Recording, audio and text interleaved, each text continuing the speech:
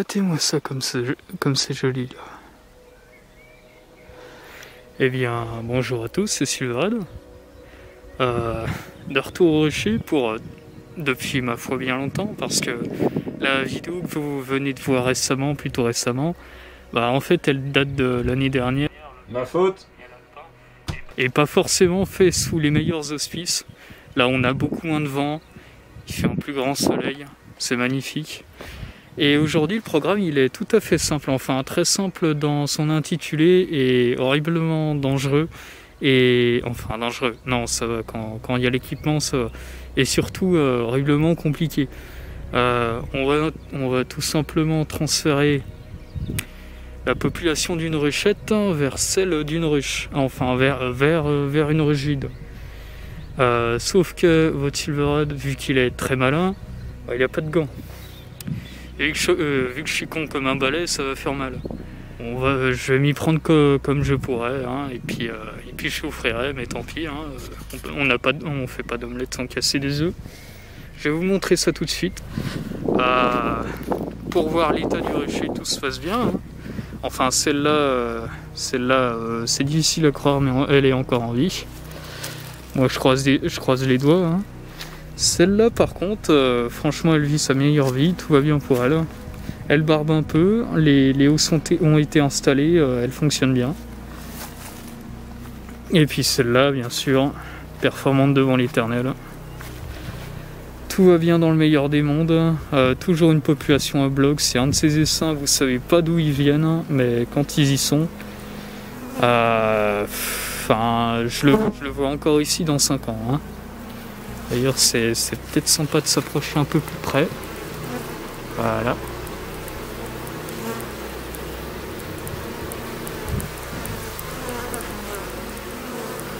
Comme vous pouvez le voir, même en fin d'après-midi, parce que là il est 16h30 à peu près, enfin 17h même, elle rentre encore du pollen, ça veut dire qu'elles sont en train de construire les cadres, qu'elles sont en train de fabriquer aussi un peu de propolis, et donc ça c'est bien, ça veut dire qu'elles bâtissent très bien à la sortie du printemps.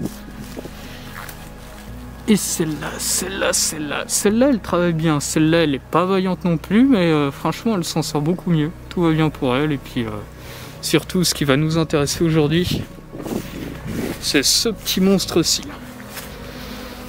Ça, c'est pire qu'un gamin après 3 Coca-Cola. C'est... ça vous saute à la gueule dès que vous l'ouvrez. Sauf que j'ai pas de gants, je le répète encore, mais ça va être important, hein.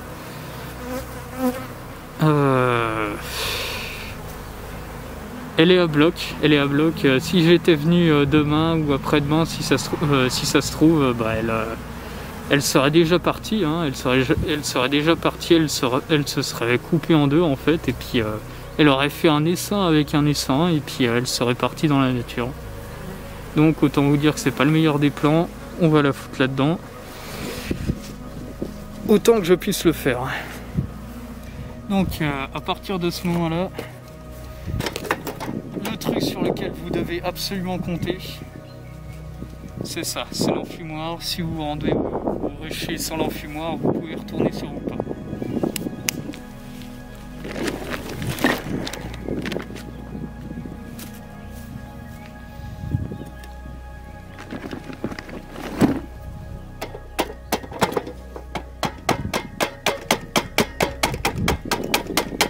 Faire un petit coup les trous.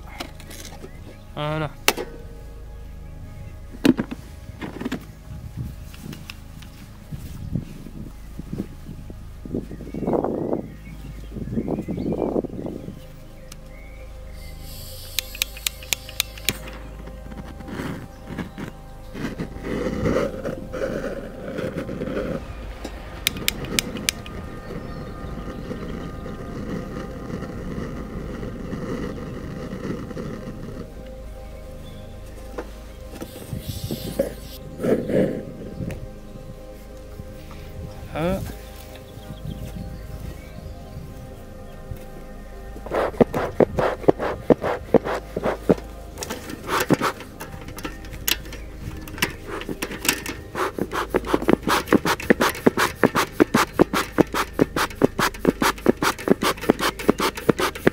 Normalement ça commence à bien fumer. Hein.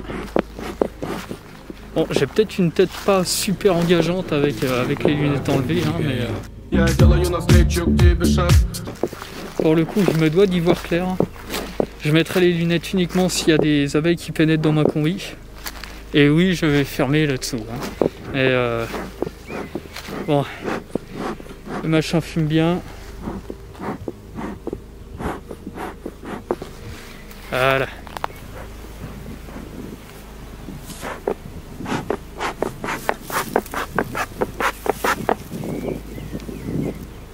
Voilà.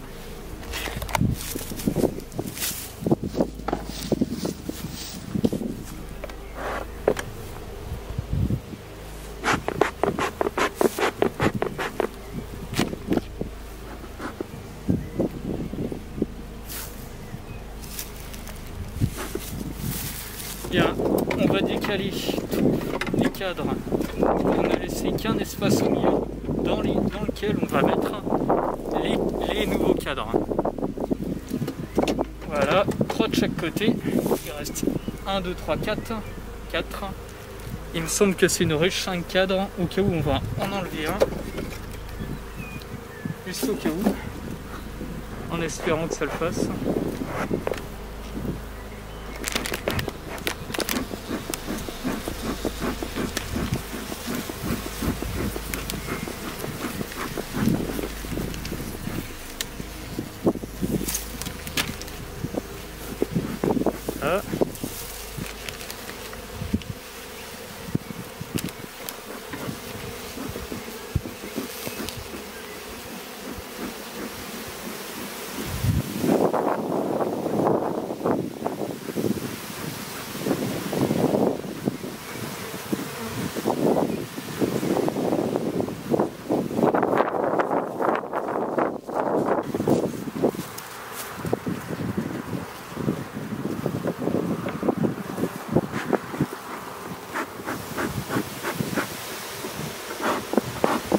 Donc ça peut paraître excessif comme enfumage, mais en fait elles se réunissent en bas de la ruchette pour échapper à la fumée et faire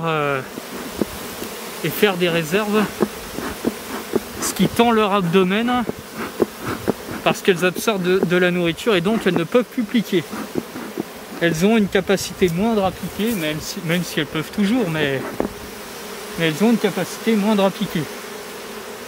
Donc je retire les bandelettes de médicaments. Voilà. Ah, voilà, elle commence à barber.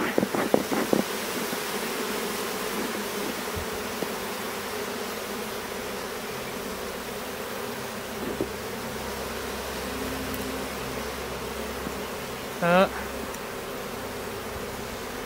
Ah. Ah.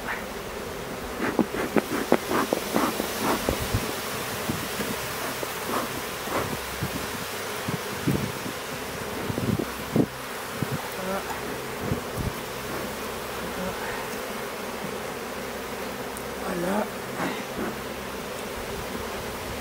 Et voilà. Ok, ben c'est parti. C'est l'une des étapes les plus critiques.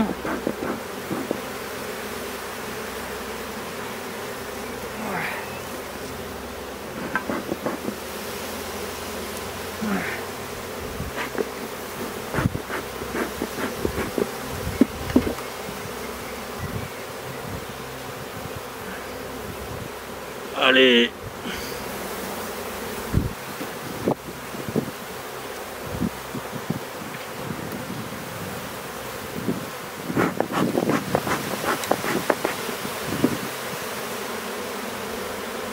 Allez, is.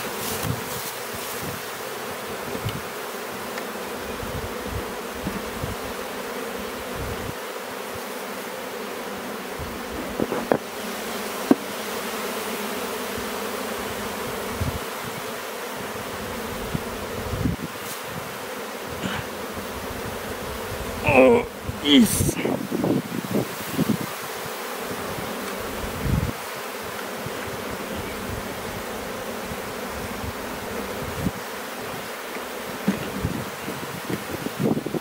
Voilà.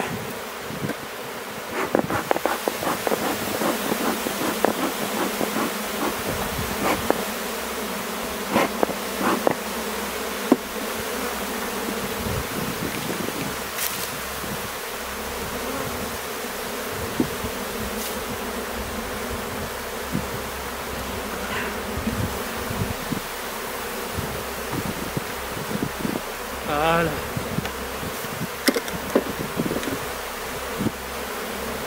C'est pas si grave que ça. Voilà.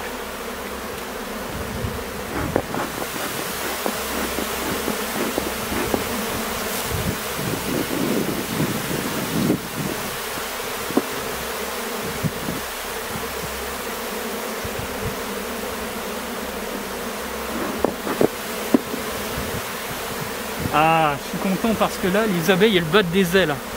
Elles battent des ailes sur le dessus, ça veut dire qu'elles battent leur appel. Et donc, il y a la reine dedans. Il y a la reine dedans. Ça j'en suis très content. Ça, j'en suis très content parce que ça veut dire que j'ai réussi. Et elles vont envoyer des phéromones qui va attirer la ruche. Ah.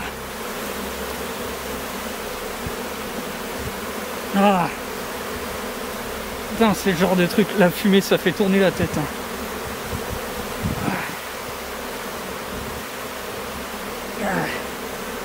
Voilà. Allez. Et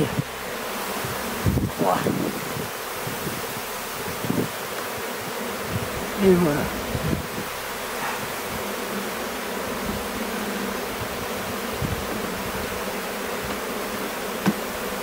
Voilà. Ok, là on a une ruche parfaite. Tout est bon. Il n'y a plus qu'une seule chose à faire. Et pas des moindres d'ailleurs. C'est la partie qui m'inquiète le plus.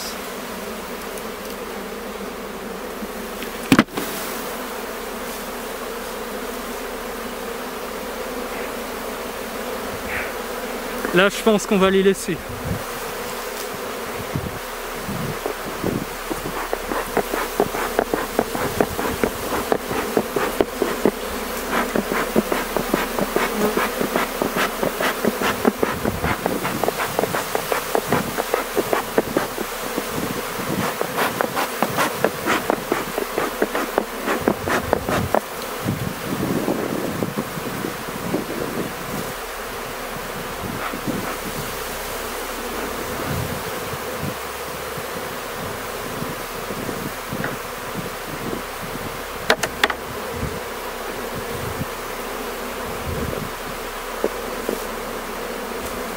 Voilà.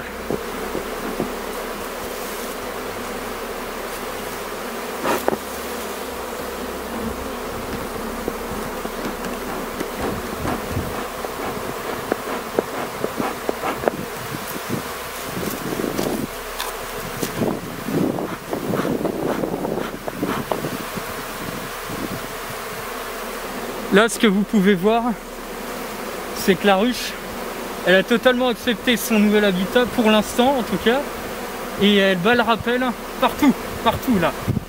La reine, ça veut dire de un que la reine est vivante, donc ça c'est génial vu que transférer une ruchette à une ruche, c'est une opération qui peut s'avérer dangereuse pour la reine, et surtout qu'elle est bien à l'intérieur de la ruche, et ça c'est génial. Elle était sur un des cadres, et ça c'est génial, c'est absolument génial.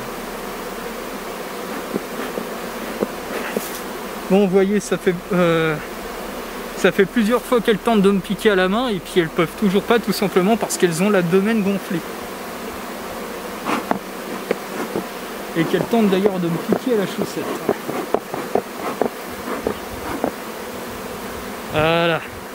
Donc si vous voyez bien là, toute une bande qui est en train de s'insérer, qui est en train de battre le rappel. Bientôt on mettra un coup d'enfumoir pour pouvoir mettre le tapis sur le dessus, le tapis transparent qui permettra de voir à travers et d'observer le développement de la colonie. Et plus tard, environ dans 2-3 semaines, si tout se passe pour le mieux, on mettra une hausse pour faire du miel. Tout est rentré dans l'ordre à peu près.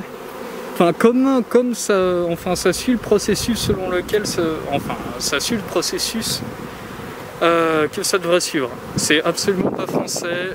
La fatigue me fait produire des phrases absolument incohérentes. qui sont indignes de moi.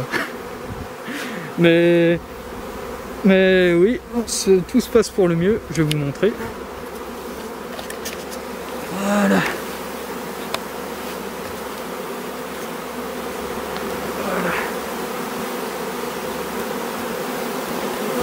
Là on voit mieux. Bon, la ruche est un peu plus jaune qu'est-ce qu'on voit.